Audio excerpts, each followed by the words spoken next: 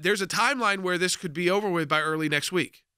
But if witnesses are allowed, and that will be the House would have to. I think it would be the House managers would be the ones requesting it. Then the Senate would go back and kind of discuss it, right? Then, I mean, under the rules, they would discuss. They would have like time to discuss amongst themselves, and then they would hold a vote. That's right, Jordan, and this is where the Senate has some wiggle room on this. I mean, if you read through the resolution on questions like this, as well as questions about timing, I mean, the only start time that's noted in the resolution is a noon start time for Wednesday, at least leading up to that. After that, it's subsequent until Sunday. So on all of those questions, Jordan, the Senate has wide latitude under the Constitution, and a lot of them are unsettled. They would be able to discuss it, and then ultimately, in order to be dispositive, they'd have to get to 51 votes. Right. So you get another 4 hours of debate.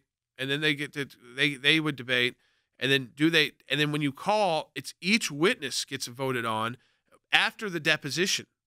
So I mean, this again, Andy, this is how you take an impeachment trial that could be done in a week, because it was done in a day, the impeachment in the House, in a 2-hour debate, but it could be dragged on into weeks, and even into a month plus if you start taking depositions and then voting on whether or not each witness is going to testify, which is how it works. Yeah. Well, that's exactly right, Jordan. It could go on forever. If you depose the witness and then the witness testifies, then there's objections to the testimony on different grounds, admissibility, hearsay, and so forth. And then who breaks the tie? Is it Leahy who breaks the tie, or is it Kamala Harris who comes in and breaks the tie? It's a very complicated procedure.